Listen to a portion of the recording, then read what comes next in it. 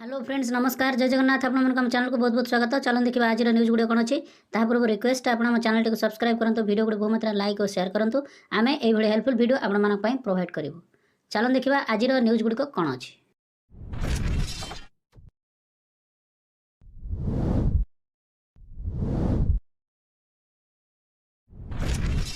यही न्यूज देखु मुख्यमंत्री कार्यालय ओडिशा तो वर्तमान जो निजुक्ति मेला गतकाली चली तो से उपरे यही न्यूजटी तो मुख्यमंत्री कौन कहिसेंती समस्त कर्मचारी माननकु ताहा विषय चलतु विस्तारित भाव में जानिबा। भिडियोटी को शेष पर्यंत देखंतु। 9टी विभाग में जोगदेले 6390 जन। तो गत प्राय 9 मास मध्य 26,000 रु अधिक सरकारी निजुक्ति दुर्नीति विरुद्ध रे अभियान जारी रहिबो। मुख्यमंत्री एक कथा कहिसेंती।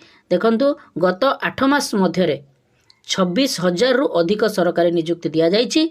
ता सहित दुर्नीति विरुद्ध रे अभियान जारी रहिछि जहाँकि मुख्यमंत्री एठार प्रकाश करिसेंती। सरकारी चाकरी केवल एक जीविका नुहे, यह जनसेवार एक माध्यम। मोर पूरा विश्वास आपण माने ए दायित्व पूरण करिबारे समर्थ हेबे। नवनिजुक्ति जो माने पाइछंती मुख्यमंत्री तांको परामर्श दैछंती। तो 7 फेब्रुआरी 2025 रे एई कथाटी कहिछंती। तो सरकारी चाकरी केवल एक जीवन जीविकार साधन नुहे, यह जनसेवार एक माध्यम। किंतु एठारे गोटे प्रश्न जे जनसेवार एक माध्यम से माने काहींकी जाई लोयर पीएमजी रे धारणा देउछंती, यह होछि गोटे प्रश्नवाची। केबे भी केउ नेता मंत्री केबे केउठारे धारणा देबार आपण माने सुनिछंती कि ना? काहींकी ना सेमानक हातरे जो आईन अछि से माने निजे निजे आईन प्रणयन करूछंती। तो गतकाली न्यूज रे आपण माने देखिथिबे जे केउ मानकर दरमा बढ़िबा को जाउछि, नेता मंत्री मानकर दरमा बढ़िबा को जाउछि। तो साधारण जनता सरकार एवं सरकारी विधि व्यवस्था अनेक आशा आकांक्षा करिथांती।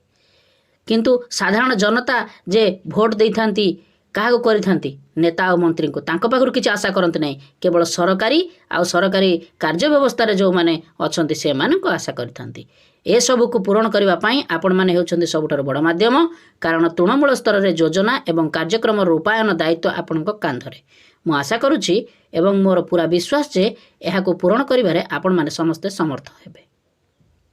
तो एथिरे आपण माने बुझी पारुथिबे कौन करिया पई चाहुचंती आमर प्रिय मुख्यमंत्री। आज स्थानीय कैपिटल हाईस्कूल पड़िया ठारे आयोजित निजुक्ति मेला रे जोगदेई मुख्यमंत्री श्री मोहन चरण माझी नवनिजुक्त माननकु परामर्श देई सेमानक कार्यदक्षता और सामर्थ्य उपरे आस्था प्रकाश करिसंती। सूचनायोग्य जे आज राज्य सरकारंकर 9टी विभाग में 6,390 जन निजुक्ति प्रदान करा जाइछि। निजुक्ति कार्यक्रम रे केवल स्वास्थ्य और परिवार कल्याण विभाग सर्वाधिक 2,878, विद्यालय और गणशिक्षा विभाग 2,767, मत्स्य और पशु संपद विकास विभाग 232, अर्थ विभाग 130, दक्षता विकास और वैषयिक शिक्षा विभाग 123, अनुसूचित जनजाति और जाति उन्नयन विभाग 104, गृह निर्माण और नगर उन्नयन विभाग 62, जल संपद विभाग 57 एवं खाद्य जोगाण खाउटी कल्याण विभाग 37 व्यक्ति निजुक्ति पाइछंती। तो मुख्यमंत्री कहिथिले जे गत 7 मास मध्य आमे 6 थर निजुक्ति मेलार आयोजन करी 20,000 रु अधिक निजुक्ति प्रदान करूछु। तो देखंतु निजुक्ति आपण माने देले किंतु लक्षाधिक टंका खर्च करी निजुक्ति मेला प्रदान करा जाउछि। आज यही निजुक्ति मेलार 9टी विभाग प्राय 6,300 रु अधिक अधिकारी एवं कर्मचारी को निजुक्ति दिया जाउछि। एहा द्वारा वर्तमान सुधा 7टी निजुक्ति मेलार 26,000 रु अधिक निजुक्ति दिया जाइछि। आम सरकार प्रथम 2 वर्ष मध्य 65,000 रु अधिक निजुक्ति दिया जाउ बोली आशा घोषणा करा जाउछि। तो आउरी मध्य निजुक्ति हेबाको जाउछि। एथिरु जहा जणा पडुछि नवनिजुक्ति मानक शुभेच्छा जणाई मुख्यमंत्री कहिले जे महाप्रभु जगन्नाथक कृपारु आपण मानकर जीवन एक नूतन अध्याय आज आरंभ होइछि। आजिकाली विशेष भाव में भारत परी एक जनबहुल राष्ट्र में सरकारी क्षेत्र में निजुक्तिर सुजोग बहुत कम। उदाहरण स्वरूप प्रतिरक्षा को मिसेई केंद्र सरकार प्राय 35 लाख लोक निजुक्ति होइतिला बेले ओडिशा रे वर्तमान प्राय 3 लाख कर्मचारी अछंती। से पुणी कहले जे खाली थिबा पदवी को सामिल कले मध्य सर्वाधिक 4.5 लाख लोक सरकारी क्षेत्र में कार्य करुछंती। अर्थात राज्य जनसंख्यार 1% रु भी कम लोक सरकारी क्षेत्र में कार्य करने को सुजोग पाई। तेणु एथिरु जना पड़ला जे ନିଯୁକ୍ତି କେତେ ମାତ୍ରାରେ ହେଉଛି, ନିଯୁକ୍ତି ଆଦୌ କେଉଁଠି ଆବଶ୍ୟକ ନାହିଁ, ତେଣୁ ସେମାନେ ସେଥିପାଇଁ ସରକାରୀ କର୍ମଚାରୀମାନଙ୍କୁ କମ୍ ଦରମାରେ ଖଟେଇବା, ଏହା ହେଉଛି ସେମାନଙ୍କର ଲକ୍ଷ୍ୟ, ଯାହାକି ଜନସଂଖ୍ୟାରୁ 1%ରୁ କମ୍। ତେଣୁ ଏମାନଙ୍କ ଦ୍ୱାରା ଆମକୁ ଭୋଟ ନ ମିଳିଲେ ବି କିଛି ଅସୁବିଧା ନାହିଁ, ତେଣୁ ଆମେ ଗାଦିରେ ରହି ଯାହା କରିବା କଥା କରିବା। ଏହି 1% ଆପଣମାନେ ସୁଯୋଗ ପାଇଛନ୍ତି, ଏଥିରେ ଆପଣମାନଙ୍କର କଠିନ ପରିଶ୍ରମ ଏବଂ ପିତାମାତାଙ୍କର ଆଶୀର୍ବାଦ ମଧ୍ୟ ରହିଛି। କିନ୍ତୁ ଆପଣମାନଙ୍କର ଆଶୀର୍ବାଦ ନାହିଁ, କାରଣ ଆପଣମାନେ କମ୍ ପଇସାରେ କିଭଳି ଭାବରେ ଗୋଦି ଶ୍ରମିକ କରି ଖଟେଇବେ ସେହି ବ୍ୟବସ୍ଥା ସବୁବେଳେ ପରିଲିଖିତ ହେଉଛି। ମୁଖ୍ୟମନ୍ତ୍ରୀ କହିଲେ ଯେ ସବୁ ନବନିଯୁକ୍ତିମାନେ ଏକ ଅଲେଖା ସିଲଟରେ ନିଜର କର୍ମମୟ ଜୀବନ ଆରମ୍ଭ କରିଛନ୍ତି। 2.5 ଦଶନ୍ଧିର ଏକ ଶାସନ ବ୍ୟବସ୍ଥାର ହ୍ୟାଙ୍ଗ ଓଭର ଆପଣମାନଙ୍କ ପାଖରେ ନାହିଁ। ତେଣୁ ଖୋଲା ମନ ଖୋଲା ହୃଦୟର ସହିତ ଆପଣମାନେ କାମ କରିବାର ସୁଯୋଗ ପାଇଛନ୍ତି। ଏହି ସୁଯୋଗର ସଦୁପଯୋଗ କରି ସମାଜର କଲ୍ୟାଣ ପାଇଁ କାର୍ଯ୍ୟ ମୁଖ୍ୟମନ୍ତ୍ରୀ ପରାମର୍ଶ ଦେଇଥିଲେ। ତ ତେଣୁ ଏଥିରେ ଆପଣମାନେ ଅନୁମୟ କରିପାରୁଥିବେ। ମୁଖ୍ୟମନ୍ତ୍ରୀ କହିଲେ ଯେ ଓଡ଼ିଶାରେ ଏବେ ବିକାଶର ନୂତନ ସୂର୍ଯ୍ୟୋଦୟ ହୋଇଛି। ଯଶସ୍ୱୀ ପ୍ରଧାନମନ୍ତ୍ରୀ ନରେନ୍ଦ୍ର ମୋଦିଜୀଙ୍କ ଦିଗ୍ଦର୍ଶନରେ ଆମ ସରକାର ଓଡ଼ିଶାରେ ପ୍ରଗତିର ଧାରାକୁ ବହୁଗୁଣିତ କରିବା ପାଇଁ ପ୍ରତି ମୁହୂର୍ତ୍ତର ସଦୁପଯୋଗ କରି କାମ କରୁଛନ୍ତି। ଆମେ ସମସ୍ତେ ଏପରି ଜଣେ ଯୋଗଜନ୍ମାଙ୍କ ନେତୃତ୍ୱ ଏବଂ ଦିଗ୍ଦର୍ଶନରେ କାର୍ଯ୍ୟ କରିବାର ସୁଯୋଗ ପାଇଛୁ ଏବଂ ଏହି ସୁଯୋଗର ସଦୁପଯୋଗ କରି ନିଜ ନିଜର କର୍ତ୍ତବ୍ୟ ସମ୍ପାଦନ କରିବାକୁ ଚେଷ୍ଟା କରୁଛୁ। ଏହି ଦେଶ ଏକ ନିର୍ମାଣ ଯଜ୍ଞରେ ଆପଣମାନେ ଆଜିଠାରୁ ସାମିଲ ହୋଇଛନ୍ତି ବୋଲି ମୁଖ୍ୟମନ୍ତ୍ରୀ କହିଥିଲେ। ସେ ପୁଣି କହିଛନ୍ତି ଯେ ବିକାଶ ଧାରାକୁ କ୍ରିୟାଶୀଳ ଏବଂ ଫଳପ୍ରସୂ କରିବା ଦିଗରେ ଦକ୍ଷ ଉତ୍ତମ ମାନବ ସମ୍ବଳ ଅପରିହାର୍ଯ୍ୟ।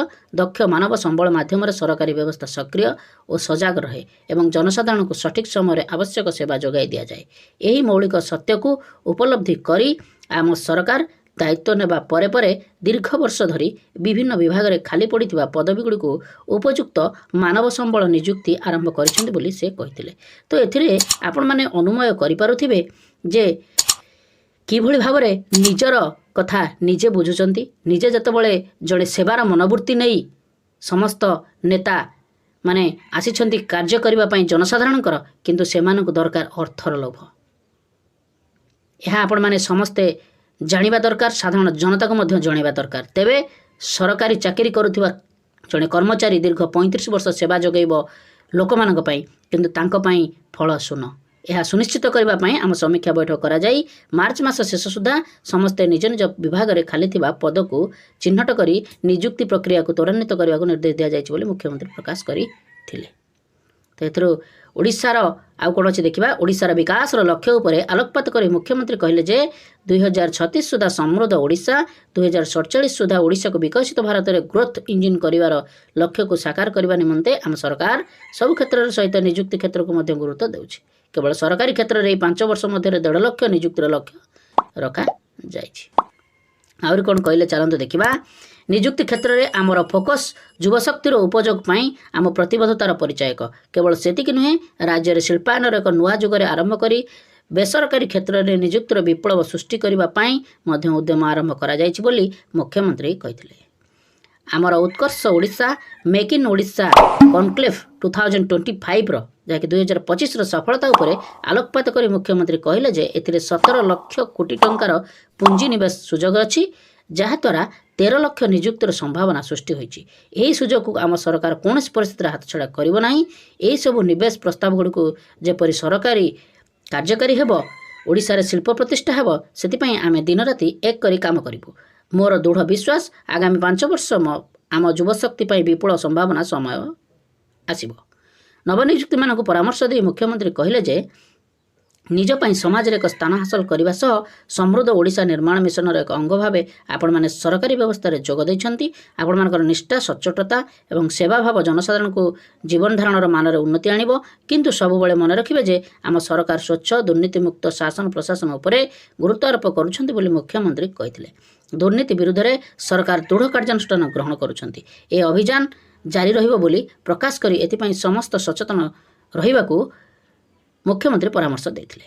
ଶେଷରେ ସେ ସମସ୍ତଙ୍କୁ ଆହ୍ୱାନ ଦେଇ କହିଲେ ଯେ ନିଜର ଆଗାମୀ କର୍ମମୟ ଜୀବନକୁ ସେବା, ସାଧନା ଓ ତପସ୍ୟା ମାଧ୍ୟମରେ ସଫଳ କରାନ୍ତୁ।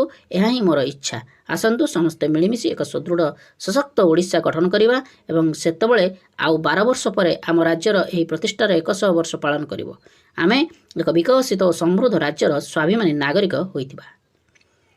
ଆହୁରି କହିଲେ ଯେ ସୂଚନାଯୋଗ୍ୟ ଯେ ଆଜି ସ୍ୱାସ୍ଥ୍ୟ ବିଭାଗର 2753 ବହୁମୁଖୀ ମହିଳା ସ୍ୱାସ୍ଥ୍ୟକର୍ମୀଙ୍କ ସହ 125 ଆୟୁଷ ଡାକ୍ତରଙ୍କର ନିଯୁକ୍ତି ଦିଆଯାଇଛି।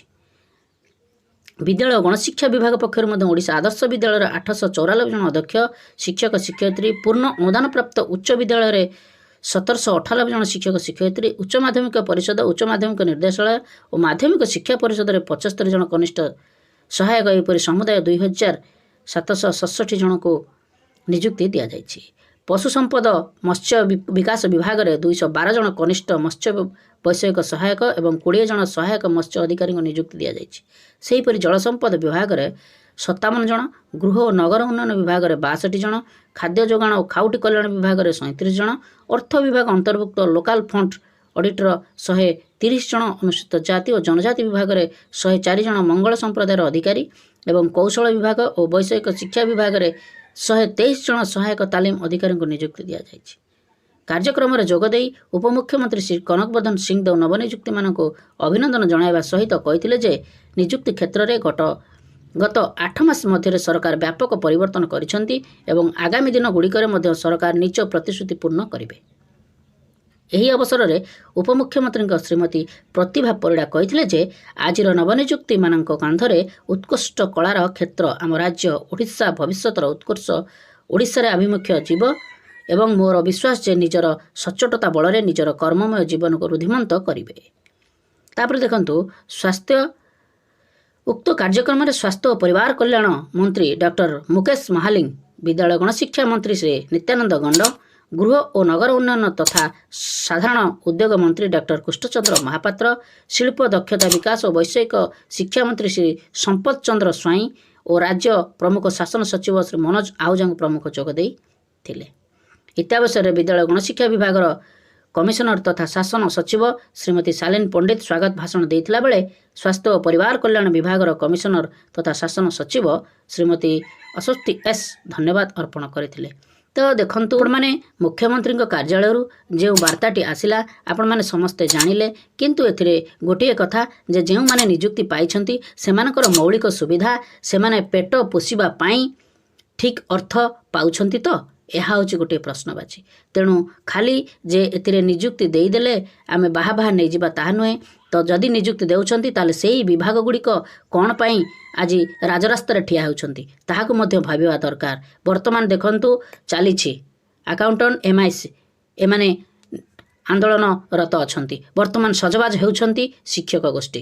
ତ ତେଣୁକରି ଆପଣ ନିଯୁକ୍ତି ଦେଉଛନ୍ତି, ଏଇଟା ଠିକ୍ କଥା, କିନ୍ତୁ ସେମାନଙ୍କର ଯେଉଁ ମୌଳିକ ସୁବିଧା, ସେମାନଙ୍କ ପାଇଁ ଯେଉଁ ଅର୍ଥର ଆବଶ୍ୟକ ଅଛି, ସେମାନଙ୍କ କ୍ଷେତ୍ରରେ ବର୍ତ୍ତମାନ ଯେଉଁ ବଜାର ଦର ଅଛି ତାହାକୁ ଭିତ୍ତି କରି ଆପଣମାନେ ତାଙ୍କର ପେଟପାଟଣା କଥା, ଭତ୍ତା କଥା ବୁଝୁଛନ୍ତି କି? ନା, କିନ୍ତୁ ସାଧାରଣ ଜନତା କିଭଳି ଭାବରେ ଭଲରେ ରହିବେ ତାହା ମଧ୍ୟ ଆପଣ ବୁଝୁଛନ୍ତି। ଏଥିରେ ଦୁଇମତ ହେବାର ନାହିଁ, କିନ୍ତୁ ତାଙ୍କ ମାଧ୍ୟମ ଦେଇ ଆପଣମାନେ ସାଧାରଣ ଜନତାଙ୍କ ନିକଟରେ ପହଞ୍ଚନ୍ତି, ତ ସେ ମାଧ୍ୟମ ବ୍ୟକ୍ତି ବିଶେଷକୁ ଆପଣ ହତାଦର କରୁଛନ୍ତି। ଏ ନିଶ୍ଚିତ ଭାବରେ ତେଣୁ ସେଥିପାଇଁ ସମସ୍ତ ସରକାରୀ କର୍ମଚାରୀମାନେ ସମସ୍ତ ବିଭାଗର କାହିଁକି ହରତାଳ କରୁଛନ୍ତି ତାହାକୁ ମଧ୍ୟ ଆପଣମାନେ ବିଚାର କରିବାର ଆବଶ୍ୟକତା ଅଛି। ଏଥିଲା ଆଜି ପାଇଁ ହେଲ୍ପଫୁଲ୍ ଭିଡ଼ିଓଟି। ନିଶ୍ଚିତ ଭାବରେ ଆପଣମାନଙ୍କୁ ରିକ୍ୱେଷ୍ଟ, ଏ ଭିଡ଼ିଓଟିକୁ ବହୁମାତ୍ରାରେ ସେୟାର କରିବେ, ଚ୍ୟାନେଲଟିକୁ ସବସ୍କ୍ରାଇବ୍ କରିବେ, ନିଶ୍ଚିତ ଭାବରେ କମେଣ୍ଟରେ ଜଣାଇବେ। ତ ଏହି ଭିଡ଼ିଓଟି ଆପଣମାନଙ୍କୁ କିଭଳି ଭାବରେ ଲାଗିଲା। ନମସ୍କାର, ସର୍ବେ ଭବନ୍ତୁ ସୁଖିନଃ।